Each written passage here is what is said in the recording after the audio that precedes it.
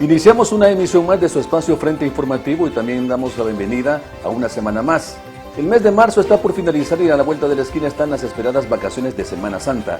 Recuerde prepararse para esos momentos de esparcimiento y teniendo en cuenta el cuidado de sus finanzas personales y familiares. Un abrazo fraterno a quienes nos ven y escuchan por Radio Iscanal, Mangle, Segundo Montes, Fonseca y Tehuacán, todas parte de la red de radios comunitarias Voces Unidas de Oriente. Saludos también a quienes nos siguen y sintonizan por FMLN Intercontinental, una plataforma que nos acerca con nuestros compatriotas en el exterior. Su servidor Víctor Sánchez y el equipo de comunicaciones del FMLN le damos la bienvenida a su espacio Frente Informativo. Comenzamos. Acontecer legislativo. Iniciamos con la información de carácter legislativa. El grupo parlamentario FMLN recibió y acompañó una iniciativa presentada por un buen grupo de organizaciones populares. El detalle de la información con nuestra compañera Karen Ramos. Organizaciones sociales, sindicales y juveniles presentaron una pieza de correspondencia a la Asamblea Legislativa, solicitando la eliminación del IVA a la canasta básica ampliada, a los medicamentos para enfermedades crónicas y a los insumos agrícolas. El grupo parlamentario del FMLN dio iniciativa a la moción y exhortaron al gobierno a escuchar a la población. Que está en las manos y en las posibilidades de los diputados quitarle esos impuestos a la canasta básica ampliada. Se le quite el IVA a los medicamentos para enfermedades terminales y crónicas degenerativas, a los insumos para la agricultura y la ganadería de nuestro país. El diputado del FMLN, Jaime Guevara, expresó el apoyo a la iniciativa y su preocupación por los precios que ha llegado la canasta básica y la pasividad gubernamental frente a este problema. Justamente ya escucharon el clamor de esta representación de más de 8 organizaciones sindicales, cooperativas, juventud, mujeres campesinas que están insistiéndole a este gobierno que ya no aguantan la crisis económica que está viviendo el país. Además, la diputada Marlene Funes afirmó que esta iniciativa se debe apoyar por simple sentido común, pues el IVA está afectando a la población y debe ser eliminado. Eliminar el IVA no necesita un estudio técnico, es de sentido común, la gente lo está pidiendo. El gobierno implementó desde hace un año 11 medidas para ayudar a las familias salvadoreñas, reducir el alto costo de la vida y moderar los precios, pero en la práctica esas medidas no han funcionado y todo está extremadamente caro. Por otra parte, en la Comisión de Obras Públicas, Transporte y Vivienda, con los votos del FMLN se votó a favor de un dictamen que tiene como objetivo beneficiar a un segmento de la población. La nota con el compañero Víctor Portillo. En la Comisión de Obras Públicas, Transporte y Vivienda, con votos del FMLN, se aprobó la legalización de las tierras de las familias de escasos recursos que viven en las calles y tramos de calles en desuso del caserío San Cristóbal, del municipio de Candelaria de la Frontera en Santa Ana. La diputada Ileana Vigil consideró que esta medida es oportuna para la población, ya que garantiza su derecho a la vivienda. Como grupo parlamentario del FMLN vamos a apoyar esta iniciativa, ya que sabemos que es una iniciativa que va a cubrir una necesidad bastante importante de esta comunidad. Esperamos que haya muchas más después de esta, ¿verdad? Ya que sabemos que es un problema que se da casi que a nivel nacional, en la cual muchos alcaldes en turno dan muchos espacios que a la vez pueden ser municipales o no, y crea esta afectación en estas familias, ¿verdad? Entonces, el apoyo total de parte de el grupo parlamentario del FMLN. Esta medida beneficiará a más de 100 familias que habitan en la calle Antigua hacia Guatemala, las cuales tienen hasta 70 años de habitar en la zona. Y en el mes dedicado a la mujer y en el marco del Día Internacional, Retrocesos en materia de defensa a sus derechos son evidentes en el primer órgano de gobierno, ya que en administraciones anteriores las mujeres se unían ante el ataque a su persona que pudiera venir de sus mismos compañeros o de otra bancada partidaria. Ahora hasta lo celebran y dejan pasar por alto situaciones que bien pudieran ser materia para demandas ante las instancias pertinentes. El detalle de esta información con nuestra compañera Jenny Vázquez. En el marco del Día Internacional de la Mujer, diferentes organizaciones realizaron un análisis sobre la violencia política contra las mujeres. La diputada Dina Argueta, en representación de la Asociación de Parlamentarias y Exparlamentarias Salvadoreñas, recordó la lucha histórica que han pasado las mujeres para garantizar sus derechos. Ningún partido político tenía correlación favorable, sin embargo, hubo un interés central que eran las mujeres y sus derechos. Es decir, cuando ves como Estado a las mujeres en este país como sujetas de derecho y no como posibles votos, sino como seres humanos, como sujetas de derecho, vas y aplicas y estableces mecanismos que den la pauta para que estas mujeres se desenvuelvan. Así como en esta legislación hubo también parte del trabajo de los gobiernos del FMLN con la visión de volver a las mujeres con un desarrollo integral. La legisladora planteó que con el actual gobierno se han tenido retrocesos en materia de programas y defensa de los derechos de las mujeres. Además, agregó que en la actualidad hay muchas diputadas de la bancada oficialista que avalan el sistema patriarcal. Por eso decimos que hay un estancamiento. Y obviamente la lucha de las mujeres a lo largo de la historia ha sido por ir avanzando cada vez más en procesos de igualdad real y efectiva. Entonces eso no existe hoy. Si no avanzamos, si no vamos avanzando en este país, ¿qué es lo que hay? Hay retrocesos. ¿En qué sentido? ¿En qué derechos? En derechos económicos, sociales, políticos para las mujeres en El Salvador. Esta crítica se suma a la que ya realizaron días antes las organizaciones de mujeres en las calles durante la marcha conmemorativa del 8 de marzo. El abandono en sus funciones como dependencias que deben regular el rubro de transporte de carga, público y privado, es uno de los señalamientos que hacen diputados de la fracción del FMLN a los entes encargados de este rubro en nuestro país. Situación que se hizo evidente en el hecho ocurrido la semana recién pasada con el accidente de tránsito en el Boulevard de los Próceres. La nota con nuestro compañero Eric Cervellón. El reciente accidente de tránsito suscitado en el Boulevard Monseñor Romero, donde la rastra sin frenos chocó a más de 20 vehículos, puso en discusión nuevamente la falta de control vial por parte de las autoridades, pese a que la Asamblea aprobó reformas a la Ley de Transporte hace casi 2 meses. Se aprobó una Ley General de Transporte Público, se aprobaron reformas hace más de un año y la reforma actual que va siempre en el mismo sentido, pero quizás no tenían el permiso del presidente y ustedes saben que si Simón dice se hace y si Simón dice no se hace. La diputada Marlene Funes comentó que al parecer este gobierno solo le interesa imponer multas más altas, pero no hacer nada para la prevención y educación vial. Cuestionó que el Viceministerio de Transporte ha estado ausente a la hora de regular los horarios en los que circulan los vehículos pesados. El tema de las multas no va a resolver el congestionamiento ni los accidentes. Yo creo que vamos más bien, deberíamos de encaminarnos a una cuestión de educación vial y de reducir responsabilidades, porque ayer una ola de funcionarios, incluso del gobierno, se tiraron en contra del motorista, que lo que andaba haciendo era trabajando. La diputada confrontó a la bancada oficialista, ya que considera que las reformas a las leyes de tránsito no han sido publicadas ni avaladas por presidencia, porque fueron en consultas con el Ejecutivo y estos no tienen capacidad de decisión propia. En más información del trabajo legislativo, al interior de la Comisión de Defensa se discute una nueva ley de navegación.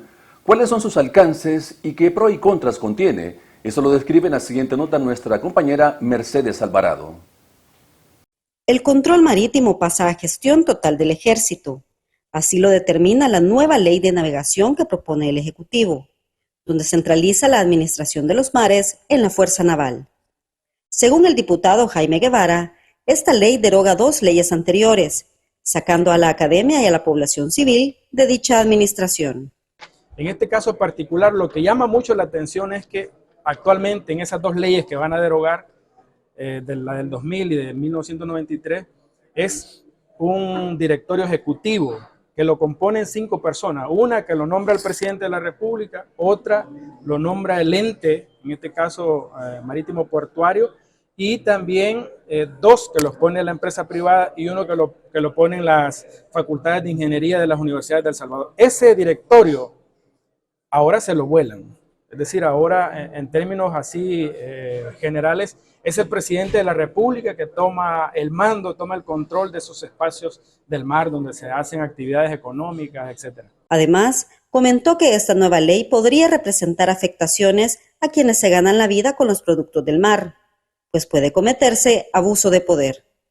Pero ya cuando vemos de que le quitan facultades o pesquisa a otras instituciones como la academia, el sector privado, etcétera, nosotros ya vemos que pueden haber cosas a futuro que puedan afectar a los pequeños artesanos, a la gente que vive a los alrededores y que su economía depende de los productos derivados del mar. Esta iniciativa está pendiente de aprobación por el Pleno Legislativo. Sin embargo, el partido oficialista y sus aliados ya expresaron su respaldo sin mayor discusión. Cápsula médica.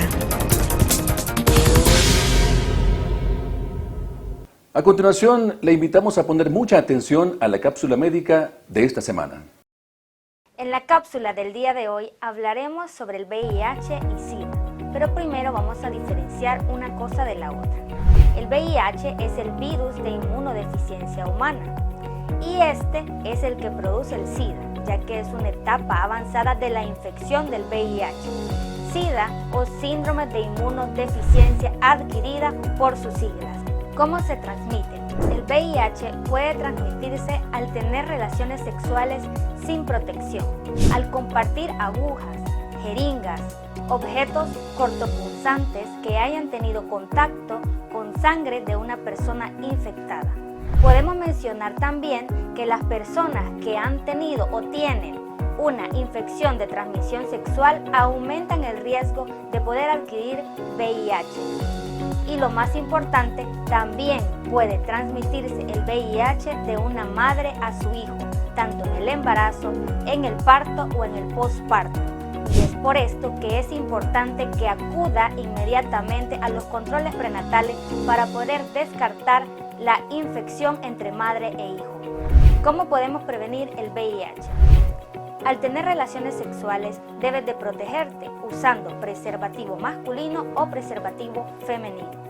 Si vas a inyectarte cualquier tipo de medicamentos, debes cerciorarte que el empaque de la aguja esté completamente sellado, porque así estamos seguros de que dicha aguja está estéril y no ha sido utilizada por nadie más. Y una de las cosas más importantes que tú tienes que tener en cuenta es que si tú tienes una vida sexual activa, debes realizarte el examen de VIH por lo menos 2 veces al año. De esta forma, te estás cuidando tú y estás cuidando a tu pareja. Prevenir el VIH-Sida es un compromiso de todos. Infórmate y protégete. Nacionales.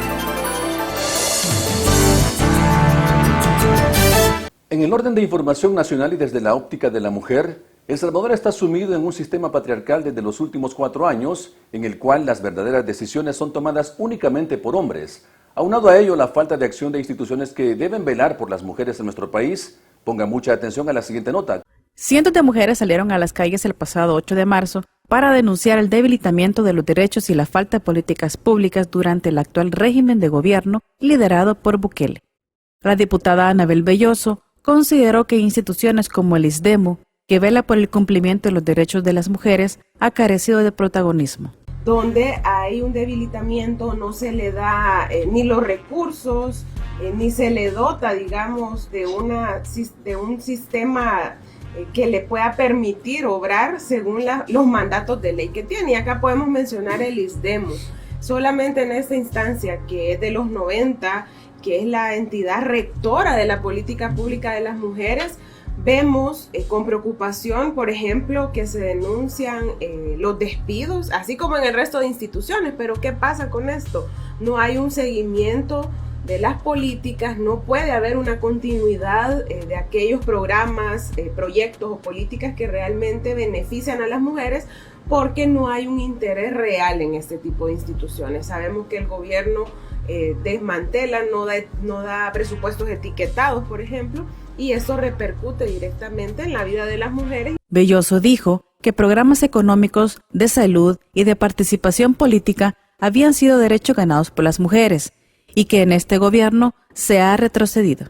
El tema económico, la participación política, el tema del acceso a derechos como la salud, la educación, es el tema que, digamos, estaba inmerso dentro de los programas de gobierno, pero no quedó solo ahí, sino que se fueron generando condiciones para llevar adelante programas, proyectos que dependían desde el Ejecutivo, pero también con, digamos, eco dentro de otros espacios, como el caso de la Asamblea Legislativa. Y creo que algo de lo que nosotras pues nos sentimos orgullosas y lo hemos salido a decir, lo defendemos cuando hay que hacerlo, es el tema de poder contar con marcos normativos, que son marcos llamados sombría, ¿verdad? Que tienen una amplitud en materia de derechos.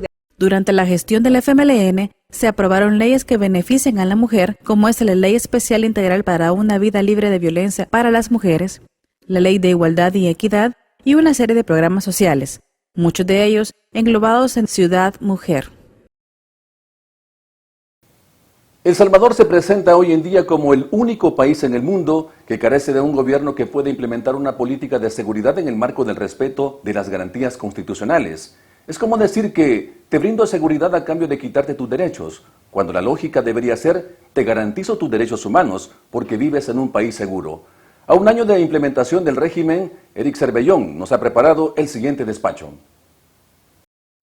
Por 12ª ocasión, el oficialismo aprobó la prórroga del régimen de excepción, pese a la denuncia nacional e internacional de violaciones de derechos humanos de civiles inocentes. Esta prórroga no contó con los votos del FMLN, pues según el coordinador del grupo parlamentario, Jaime Guevara, mientras este afecte a inocentes, no lo respaldarán. Pero mientras no transparenten el tema de los movimientos económicos que se dan bajo la figura del régimen de excepción, mientras no liberen a los inocentes, mientras no sigan liberando a aquellas personas que se están muriendo en las cárceles, que es importante, que tienen dificultades de enfermedades y que están a un paso de la muerte. Mientras no las liberen, nosotros no vamos a respaldar una medida que está castigando a los inocentes. Para el diputado es una estrategia política mediática de mantener una normativa que les está haciendo daño a las familias inocentes y que está sirviendo de tapadera de la corrupción. Lo más seguro es que el gobierno siga en su estrategia política mediática de mantener una medida que, si bien es cierto, es constitucional, pero la va a seguir usando para amedrentar. El ministro de Seguridad aceptó en repetidas ocasiones que el régimen de excepción ha afectado a familias inocentes, pues de los 70,000 capturados hasta la fecha, han liberado a más de 3,000 por falta de pruebas y asegura que seguirán liberando a más personas inocentes. Conozcamos ahora el trabajo municipal que realiza el FMLN en el siguiente resumen semanal con nuestra compañera Jenny Vázquez. Acontecer municipal. El resumen de esta semana acerca del trabajo de los alcaldes, alcaldesas y concejales del FMLN lo iniciamos en Chirilagua, municipio liderado por el alcalde Antonio Vázquez, donde la unidad ambiental de la alcaldía municipal informó que recientemente se realizó una mega jornada de recolección de desechos sólidos e instalación de rótulos alusivos a la conservación de la vida silvestre del bosque salado. La actividad se realizó gracias al esfuerzo conjunto entre la municipalidad y los centros educativos del caserío San Román, el complejo educativo Charlex, así como otras instituciones. La municipalidad destacó que Chirilagua cuenta con una de las mejores playas y con los mejores esteros y bosques salados del país, por lo que llamó a la población a tomar conciencia y a evitar contaminar estas zonas.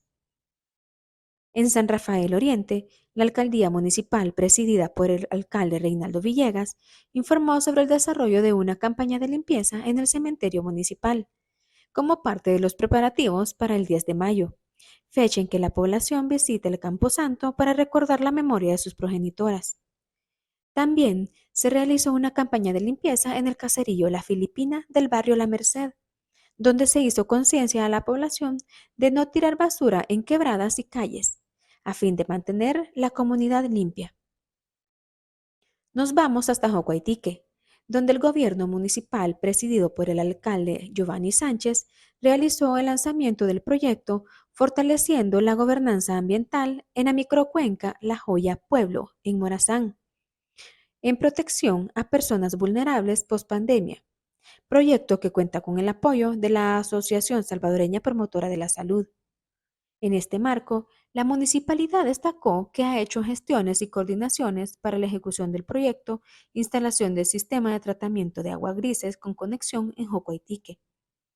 Además, se instalarán centros de acopio para la separación de desechos sólidos, con lo que se beneficiará a unas 95 familias de las comunidades Santa Lucía y del casco urbano.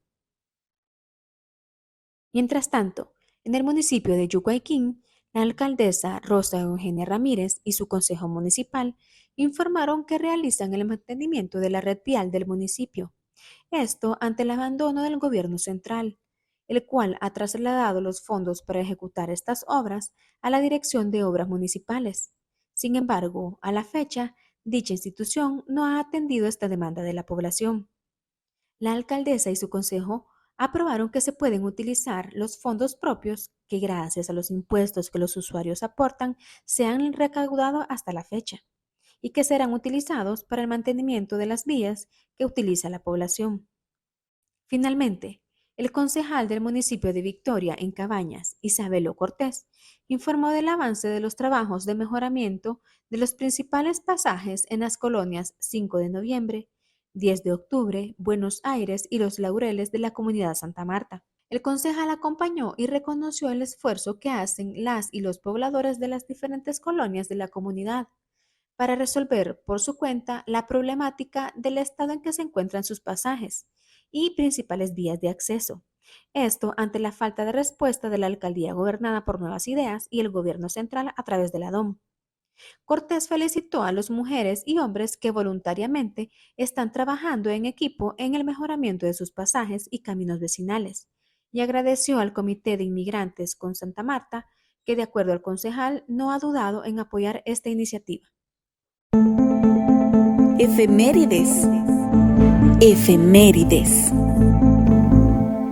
Este próximo 24 de marzo se cumple 43 años del martirio de uno de los personajes salvadoreños mejor conocidos en todo el mundo, por su entrega incondicional en la defensa de los derechos de un pueblo que vivía en aquella década una situación ya insostenible para todos.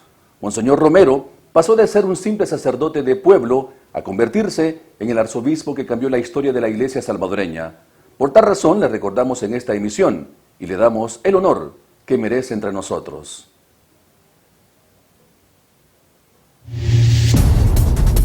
Internacionales. A esta hora Mercedes Alvarado nos informa sobre las notas internacionales más relevantes hasta el día de hoy. Honduras se sumaría a Panamá, El Salvador, República Dominicana y Nicaragua en establecer relaciones con China en los últimos años. La presidenta de Honduras, Xiomara Castro, ordenó al canciller de su país para que gestione la apertura de relaciones oficiales con China. La mandataria centroamericana señaló que la decisión de abrir las relaciones con el país asiático es una clara muestra de su intención de cumplir el plan de gobierno y expandir las fronteras con libertad en el concierto de las naciones del mundo.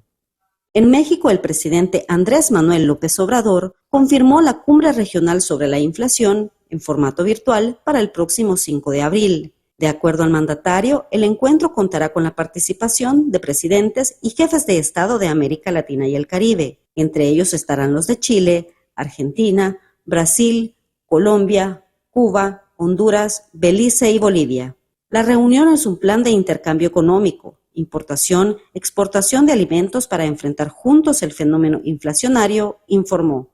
Los mandatarios de Bolivia, Luis Arce, y de Rusia, Vladimir Putin, coincidieron en ampliar los lazos bilaterales en diversos sectores de interés para ambos países, como la política, la economía y el desarrollo social. El mandatario boliviano informó que durante un intercambio telefónico, ambos jefes de Estado coincidieron en ampliar sus lazos en el comercio, el sector energético, la ciencia y la educación. Conversar de temas que afectan a nuestra población es una de nuestras prioridades como grupo de comunicaciones del FMLN y sobre todo que esa conversación la podamos desarrollar con la sociedad civil. Para ello, esta semana nos trasladamos al departamento de Usulután y así llevarles el segmento Verdad Legislativa. Vamos a continuación. La entrevista.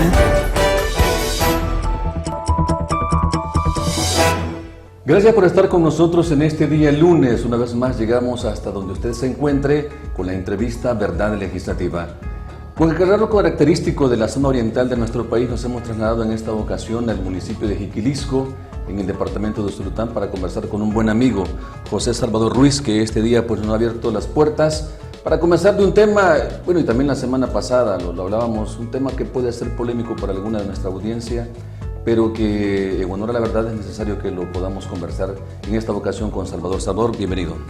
Muchas gracias y muchas gracias por el espacio, por la invitación y para dar a conocer pues la verdad de lo que está sucediendo en El Salvador frente a la situación política que tenemos, sobre todo con el régimen de excepción. Así es, precisamente, Salvador, hablar de este tema lastimosamente es hablar de política, claro, porque esa orientación se le ha dado desde un inicio. Nunca se pensó como una estrategia de una, digamos, política de seguridad propia institucional de un gobierno, sino que desde sus inicios se le dio un tinte político para ganar aceptación, para ganar votos en estas próximas elecciones del próximo año. Pero bien, Salvador, hablemos un poco acerca de este tema, régimen de excepción. Una situación que ha afectado a nuestro país, lo han dicho los diputados, lo ha dicho también la sociedad civil. No podemos negar que la tranquilidad, no podemos negar que también la seguridad es parte primordial del desarrollo de una sociedad. Muchos hoy en día están viviendo esa tranquilidad, pero ¿cuáles son esos costos de esa tranquilidad de algunas colonias? ¿Cuáles son los costos en otras, digamos, zonas geográficas de nuestro país? Otros viven tranquilos, perciben una tranquilidad, pero otros no. Entonces, el régimen de excepción, si hablamos un poco de este régimen de excepción y nos referimos específicamente al Bajo Lempa, ¿cómo ha afectado el régimen de excepción la vida cotidiana de todos los habitantes? Sí, el régimen de excepción inició aquí el 27 de marzo, como en todo el país, y los primeros detenidos fueron el 26, o sea, un día antes. Y los primeros casos fueron del cantón La Noria. Entonces, bueno, durante toda esa semana que empezó, nosotros empezamos a ver detenciones, ¿verdad? Y más aún en las zonas que también estaban focalizadas y controladas por grupos pandilleriles, pues, o sea, no vamos a negar que la zona también ha sido incursionada por estos grupos y que algunos territorios pues estaban controlados. Pero las detenciones se tornaron generalizadas en toda la zona del Bajo Lempa y en algunas comunidades más focalizadas que otras, ¿verdad? Y luego empezó a darse una cuestión, ¿verdad?, donde se estaban focalizando comunidades que no tenían presencia pandilleril. Entonces ahí empezamos a notar que el régimen llevaba otra connotación también, ¿no? Entonces, y es lo que sucedió, ¿verdad?, en la comunidad de Amando López, ¿verdad?, un caso que fue bien sonado, donde nunca ha habido ahí presencia de pandilleros, pero la comunidad fue asediada, ¿verdad?, por militares y policías, dado que capturaron a los 8 jóvenes adolescentes, y esto pues ha marcado la comunidad.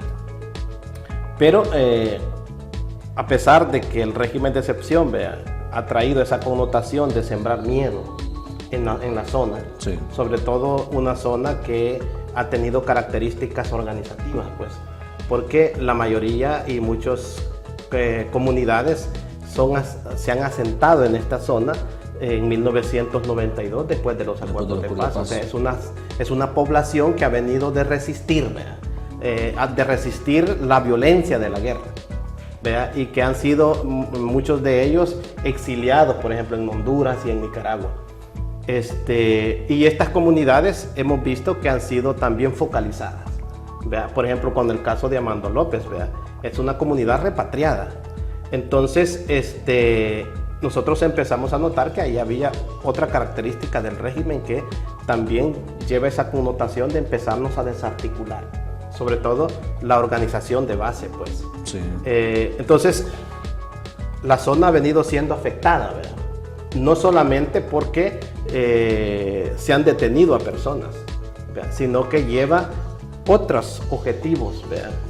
Sí, porque realmente una comunidad organizada, una comunidad que se une bajo las mismas convicciones, bajo los mismos objetivos, en algún momento puede también resultar no ser, digamos, o resulta incómoda muchas veces para alguien que se quiera lanzar a alguna alcaldía, alguien que quiera lanzarse a diputado. Bueno, la comunidad dice no, porque esta persona no nos parece, son votos menos, ¿no?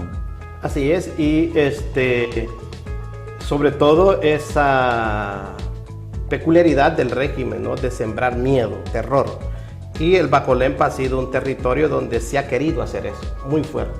O sea, y la gente tiene miedo, pues. O sea, no se puede negar, la gente tiene miedo de que lo vayan a sacar de su casa, de que si participe en alguna actividad, en alguna marcha, o se organiza, tiene miedo a ser detenido. Porque ese mensaje se ha lanzado, pues. ¿Vea? Entonces, tanto así que muchas organizaciones en el territorio se han paralizado, ¿no? Se han quedado paralizadas frente a esto, ¿no? Entonces, y no se ve por dónde puedan empezar a dar signos de reorganizarse, de vitalidad, de responder a las víctimas. Entonces, y en cuanto también a algunos temas sociales, ¿vea? Entonces, ha llevado como esa afectación a las comunidades para sembrar miedo, para desarticular, pero también directamente a las familias que han sido afectadas porque se les ha capturado algún familiar. Por supuesto que ha afectado tremendamente. Y le doy un dato, ¿verdad? Solo de la comunidad La Noria tenemos alrededor de 25 detenidos. 25. Solo de este cantón. De esos casos... Hay comunidades, por ejemplo, con Sisiguayo, ¿verdad? Que llevan como 19 detenidos. Entonces, y en cada comunidad, si usted pasa, ¿verdad? Una lista de cuántos hay por comunidad, o sea, van a haber números así, ¿no? Entonces, las familias han sido afectadas en el sentido de que, por ejemplo, el régimen de excepción, ¿qué ha hecho? Se ha llevado en la zona, la mayoría son hombres, aunque no tengan vínculos pandilleriles, porque eso es lo que nosotros estamos denunciando, ¿no? Pero se ha cargado, por ejemplo, a las mamás, a las abuelas, a las esposas, que ahora tienen que cargar con la responsabilidad de sus hijos. ¿Vea? Y le pongo un caso específico, ¿vea? En el cantón La Noria hay un caso de una joven que tiene 2 hijos, su esposo y ella se dedicaban a la venta de tortillas. Su esposo era quien iba a dejar las tortillas, quien conseguía el maíz, quien buscaba la leña, ¿vea? Y en su pequeño negocio él tenía un rol. Toda esa carga laboral de sustentabilidad de los hijos, de la casa y de la economía familiar ahora cae sobre la muchacha. Vea, entonces, y es admirable porque es una persona aguerrida, trabajadora, ¿vea? Pero el régimen le ha sobrecargado, ¿no? Entonces, y así muchas familias en la zona, vea que el régimen ha sobrecargado, sobre todo si es adulto mayor. Tenemos casos, vea, en el comité de familiares donde las personas son adultas mayores y están cuidando a los nietos porque se llevaron a los 2. Vea, entonces esa afectación, vea. Y un dato interesante, nosotros tratamos de pasar una encuesta, vea, a los detenidos, a los casos que hemos documentado, y solo hemos logrado documentar 36 casos. De 36 casos que hemos pasado una pequeña encuesta, cuántos hijos tenía, si eran varones o eran niñas, 56 niños y niñas han quedado en algunos casos sin papá y sin mamá, pero en la mayoría de casos sin papá. Pero si hablamos, Salvador, de estos casos, si hacemos, digamos, un recuento de todos ellos, ¿cuántos de estos casos han tenido, digamos, un final en el que ha habido un reencuentro familiar? ¿O todos realmente todavía están Hasta el momento en la zona solo hemos tenido la libertad de 6 personas. Unos por enfermedades crónicas, ¿vea? Y otros porque ni nosotros comprendemos cómo salieron en libertad, ¿vea? Pero pues sí, gracias a Dios están fuera y están llevando su proceso con detención domiciliaria, porque el proceso no es que ellos han sido absueltos, ¿vea? El proceso sigue, ellos se siguen presentando, siguen firmando, y su proceso de investigación sigue, ¿vea? Pero en su casa. De los 111 casos hasta ahorita 6 nomás, ¿vea? En uno de los casos sí ha habido un reencuentro porque los 2 hijos, 2 niñas en este caso, estaban a cargo de la abuela, ¿vea? Entonces la muchacha salió, sobre todo que era una lideresa comunitaria, ¿vea? Que salió y pues ahora está en su casa con sus hijos, ¿vea? Pero la afectación física, ¿vea? La afectación psicológica de quienes salen se puede notar. Se puede notar. Sí, pero no solo hablamos de afectaciones psicológicas, sino que también hablamos, en este caso, y lo conversábamos contigo antes de comenzar la entrevista, también hay una afectación económica. Tú hablabas un poco el caso de la señorita que se queda y obviamente hoy a ella le toca incurrir con todo, ¿no? Pero también me imagino familias que se quedaron prácticamente sin ningún ingreso económico, ¿no? Así es, y sobre todo hay casos, por ejemplo, el caso de José Duval Mata Alvarado, que él tenía un crédito, ¿verdad? De alrededor de $2,000. Entonces, pues la caja de crédito le está cobrando, ¿verdad? Entonces, y los papás no hayan qué hacer, pues, ¿qué vamos a hacer? No tenemos para pagarlo, porque la gente está teniendo que rebuscarse, ¿verdad? Para llevar paquetes, ¿no? Para ir hasta los centros penales para tener alguna información, ¿verdad? Y en este caso tiene que movilizarse hasta Santana, ¿verdad? Porque el caso antes estaba aquí en San Miguel, más cerca, ¿no? Pero a él le dieron carta de libertad, fue recapturado, solo lo sacaron del penal y lo volvieron a capturar, y como él estaba en Izalco, ahora su caso lo trasladan para Santa Ana. Entonces las familias tienen estos costos económicos. El régimen no mide costos de la familia. El régimen afectado, hasta este momento no vemos un hijo de alguien que sea adinerado, ¿no? Que haya salido, ¿verdad? A decir que ha sido afectado, ¿no? En su gran mayoría es gente sencilla, es gente pobre, ¿verdad? Es que el régimen ataca a la clase pobre, ¿verdad?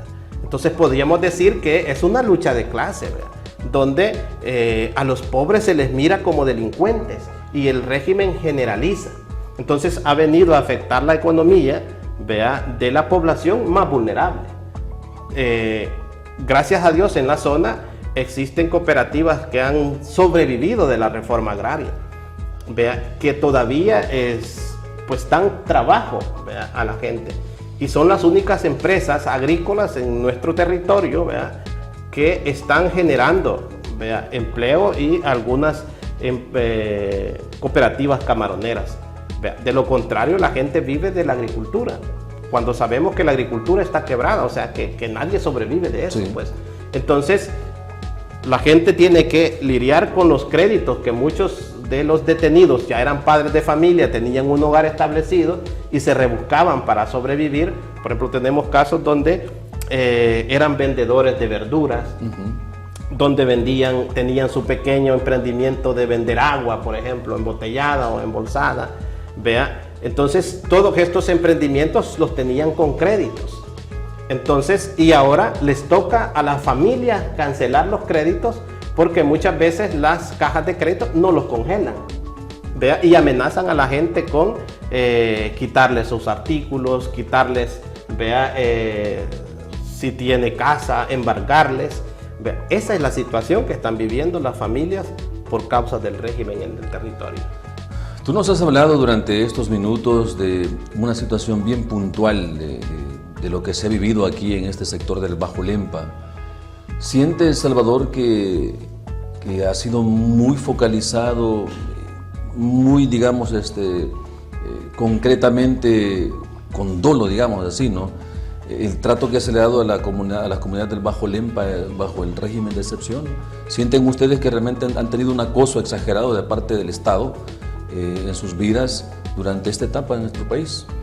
Pues yo creo que el régimen ha focalizado territorios y sobre todo territorios que tienen, como ya te dije, una trayectoria, ¿vea?, de ser comunidades organizadas. ¿Vea? Entonces el Bajo Lempa ha sido muy focalizado. Nosotros hemos logrado documentar 111 casos, ¿vea?, que están metidos en la sala de lo constitucional con habeas corpus. Hemos documentado esta información.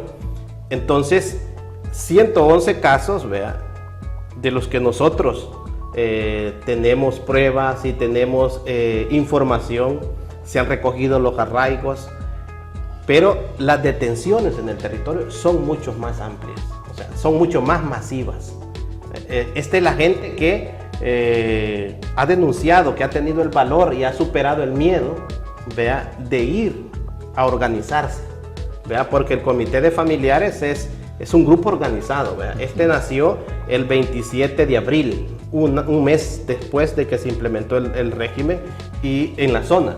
Entonces, en un mes, el régimen de excepción había impactado duramente el territorio y la gente andaba buscando por dónde ser escuchado, porque ninguna institución les escucha, ¿verdad? Y hasta el momento es así en el país, ¿no?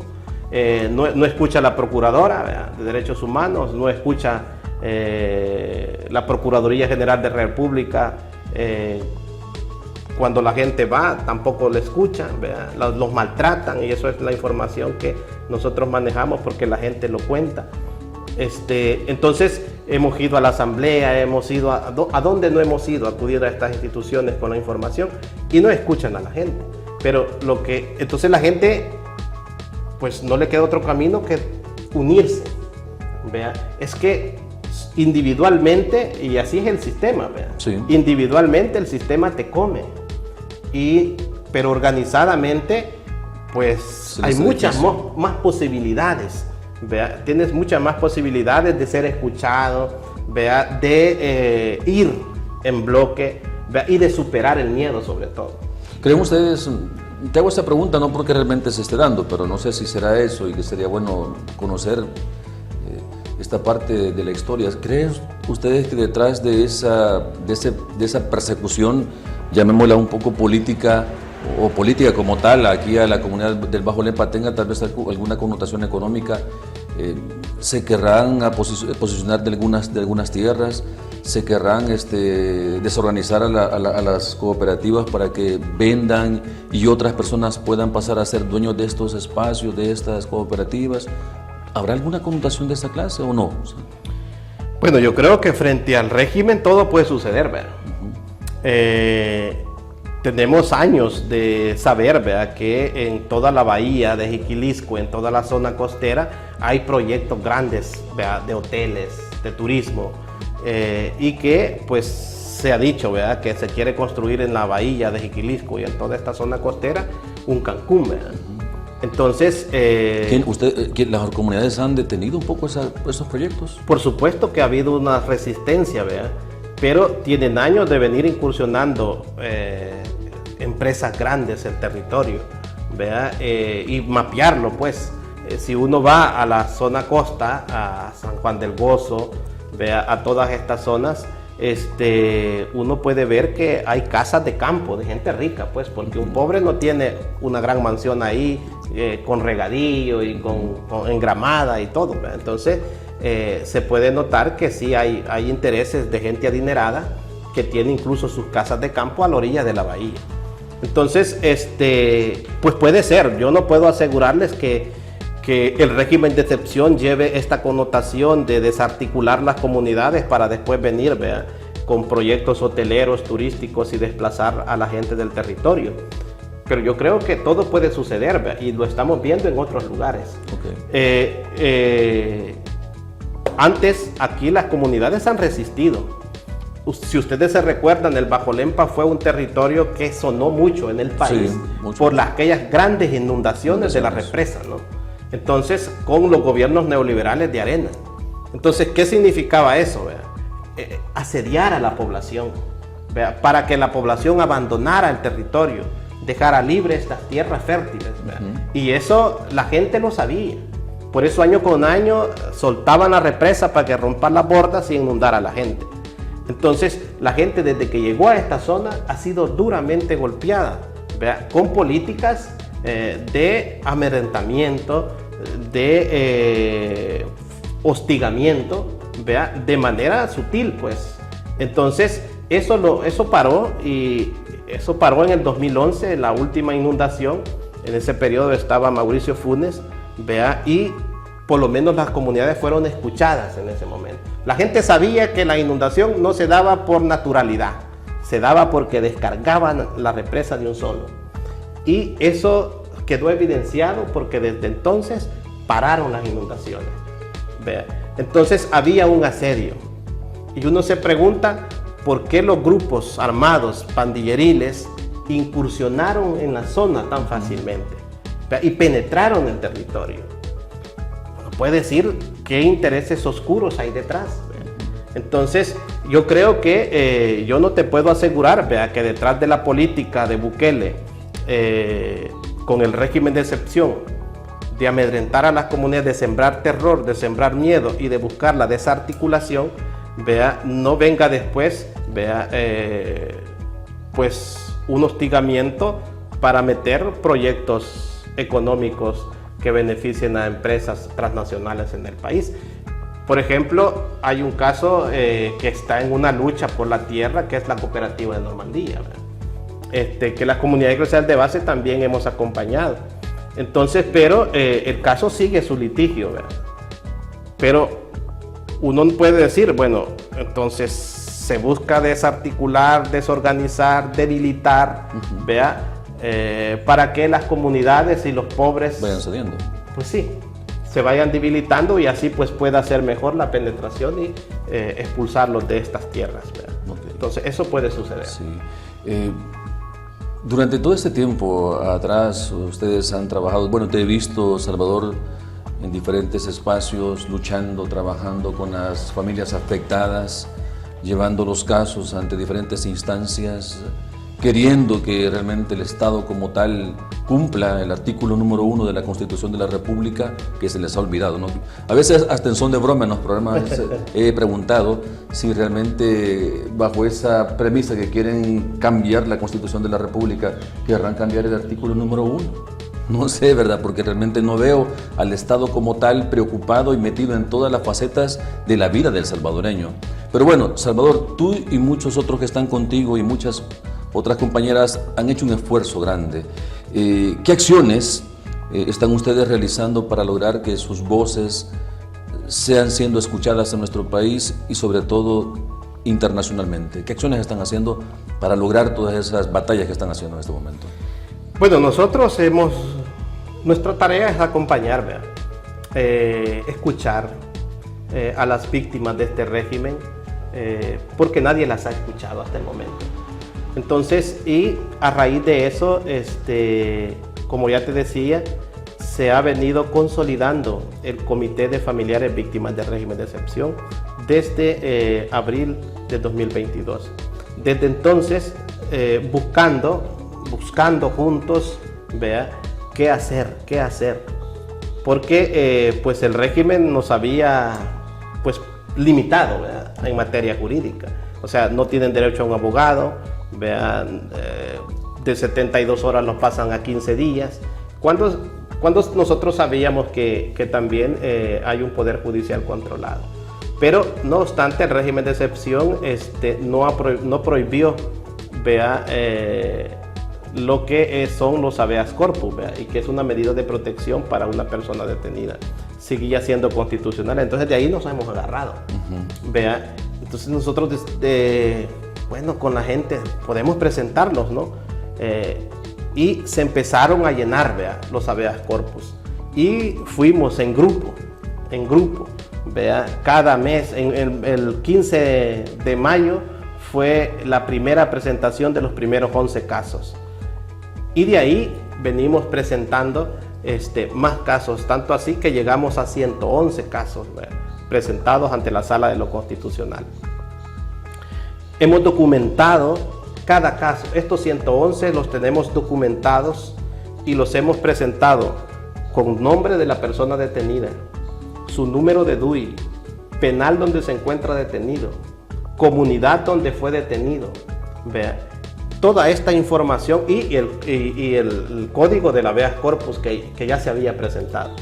Este documento, con todas esas características, lo hemos ido a presentar a la Asamblea Legislativa, a la Corte Suprema de Justicia, a la Procuraduría de Derechos Humanos.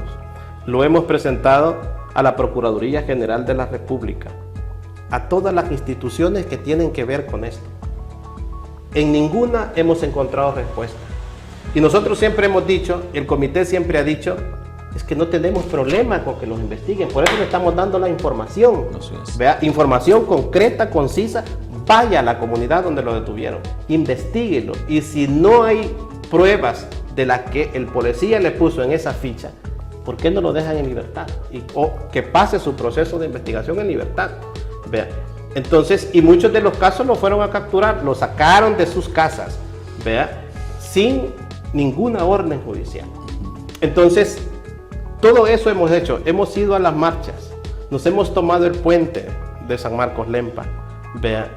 Entonces, el comité ha venido haciendo una serie de acciones para tratar de ser escuchado. Y lo último que hemos hecho es que el 23 de enero presentamos una carta firmada por el comité a la Procuradora Defensora de Derechos Humanos Raquel Caballero. 23 de enero.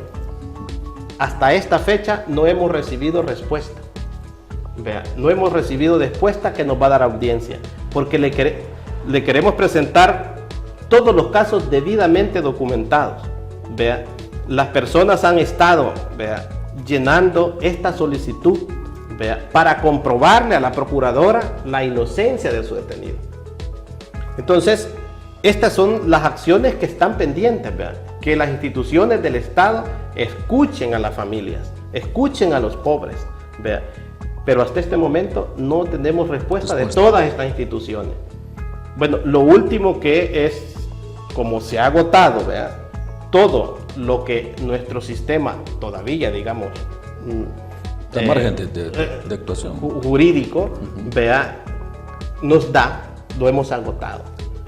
Entonces, ¿qué hemos tenido que hacer? Bueno, desde que inició el comité, también nos hemos hecho acompañar por personas conocedoras del derecho. Vea, y en este caso acudimos, vea, a Cristosal, que nos ha venido acompañando para darnos orientación. Vea, hemos recibido charlas sobre qué es el régimen, vea, sobre las garantías que se nos han quitado. Entonces, eso nos ha ido ayudando a conocer mejor, vea, qué es el régimen. Entonces, este viernes pasado, como ustedes sabrán, hemos hecho una rueda de prensa donde se han presentado ante la Corte Interamericana de Derechos Humanos 66 casos de detenciones y de arbitrarias y de violaciones graves a los derechos humanos en el territorio del Bajo Lempa y sus alrededores. Vea, estas demandas la han hecho el Comité de Familiares, porque hemos agotado, vea, en el país, vea, toda el camino jurídico, pues. Entonces, ahora no queda otra, vea, que ir fuera del país para ver si afuera nos escuchan, vea, porque aquí los espacios de escucha se han cerrado. Se agotaron. Se agotaron.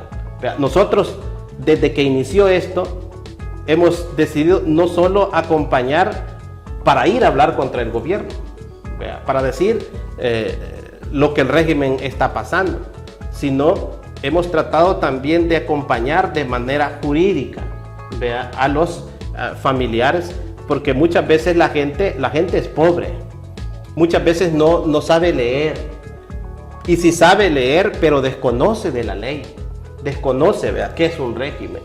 Entonces, defenderse frente a eso para gente empobrecida es bien difícil, sí, vea, es bien difícil. Entonces, las leyes no están hechas por los pobres, las leyes están hechas por gente intelectual, vea, gente de corbata. Entonces, luchar contra ellos para los pobres es difícil. Entonces, sobre todo cuando no se les escucha. Entonces, esta es una medida que queremos agotar, ¿vea? La demanda internacional, y esperamos que la Corte Interamericana pues nos resuelva, ¿vea? Escuche, estamos en toda la disponibilidad, ¿vea? Para seguir acompañando y luchando frente a esta situación que está viviendo la población en nuestra zona. Bien, gracias Salvador por habernos acompañado en estos minutos. Sabemos de que el tema da para mucho más, claro, pero también esperamos que en próximas ocasiones podamos seguir conversando contigo, y también que en esa ocasión que podamos seguir conversando contigo ya haya una respuesta favorable para todos los familiares y las víctimas, y haya un reencuentro de la familia salvadoreña en el marco de este régimen de excepción que tanto pues ha castigado a la familia salvadoreña, no a todos, pero sí a una parte. Por esta razón le invitamos a usted que nos está sintonizando, a usted que nos está viendo a través de las plataformas digitales, lejos de criticar, ¿no?, el mensaje que nosotros como fracción del FMLN, y que también en este momento no estamos acá con compañeros del FMLN, sino que estamos buscando a la sociedad civil que está siendo afectada por el régimen de excepción. Lejos de criticar, usted también debería de acompañar las luchas del pueblo. No sabemos en qué momento también a usted le puede afectar una situación como esta, acciones que los gobiernos hacen y que muchas veces van en detrimento de la sociedad salvadoreña. Salvador, sabemos que la situación es difícil, pero también hay una luz al final del camino. Tu mensaje final para la comunidad del Bajo Lempa y también para todas aquellas familias que están siendo afectadas por el régimen de excepción. En primer lugar, yo creo que para usted que está ahí, que nos está viendo, ¿verdad?, y que es víctima del régimen de excepción, no hay otro camino que la organización. Sola el régimen de excepción se la come, pero de manera organizada se puede luchar, se puede resistir, y el Bajo Lempa, ¿verdad?, es una prueba de esto. Hemos llegado hasta la Corte Interamericana de Derechos Humanos, y eso es porque estamos unidos, en bloque, ¿verdad?, en mazorca, como decía Rutilio, ¿verdad? Entonces así es que se puede luchar contra el régimen de excepción. Y a usted que todavía pues no ha vivido esta experiencia, yo le invito, vea, a que trate de ver más, vea, con ojos críticos la realidad, para que pueda ponerse en los zapatos de estas familias que hoy están sufriendo estas detenciones arbitrarias en el Bajo Lempa. Yo creo que criticar desde los Estados Unidos, vea, desde el confort, desde el aire acondicionado allá, pues es fácil, desconociendo la realidad salvadoreña. Entonces yo les invito a que pues tengamos esa apertura, ¿no?, por lo menos de escuchar. Cuando escuchamos, entonces podemos, en la medida que escuchamos, podemos ir comprendiendo la situación de la otra y la otra. Pero cuando nos cerramos, vea, como el ministro Villatoro, que dice que no escuchan a nadie, vea, entonces eso es prepotencia, vea. Eso no es humano. Entonces yo creo que la sociedad tiene que irse humanizando, sobre todo escuchando a los que sufren. Bien. Gracias, Salvador, por tu mensaje, y también a usted que nos ha visualizado a través de las plataformas digitales, y también a quienes nos escuchan a través de la red de radios comunitarias Voces Unidas de Oriente. Hemos este día trasladado pues nuestra señal hasta aquí al Bajo Lempa, y también nos hemos trasladado al departamento de nuestra querida compañera, ¿verdad?, Marlene Funes, y a nuestras compañeras también Blanqui y Virginia, que también pues viajan constantemente para su departamento, ¿verdad? Con este calorcito también nos acompañan en el trabajo parlamentario ya en la Asamblea Legislativa. Nos trasladamos al set número 1 para darle cierre a este espacio. Agradecemos a José Salvador Ortiz por el tiempo que le dedica a la comunidad del Bajo Lempa y por ser un luchador social que antepone el bienestar de los demás. Saludos a usted que nos ve y sigue en ese departamento de la zona oriental del país. Estamos concluyendo esta emisión de noticias y gracias a usted por quedarse hasta el final de este espacio. Cierro esta emisión citando al periodista Julian Assange a propósito de los pueblos que se dividen y ya no piensan como un colectivo.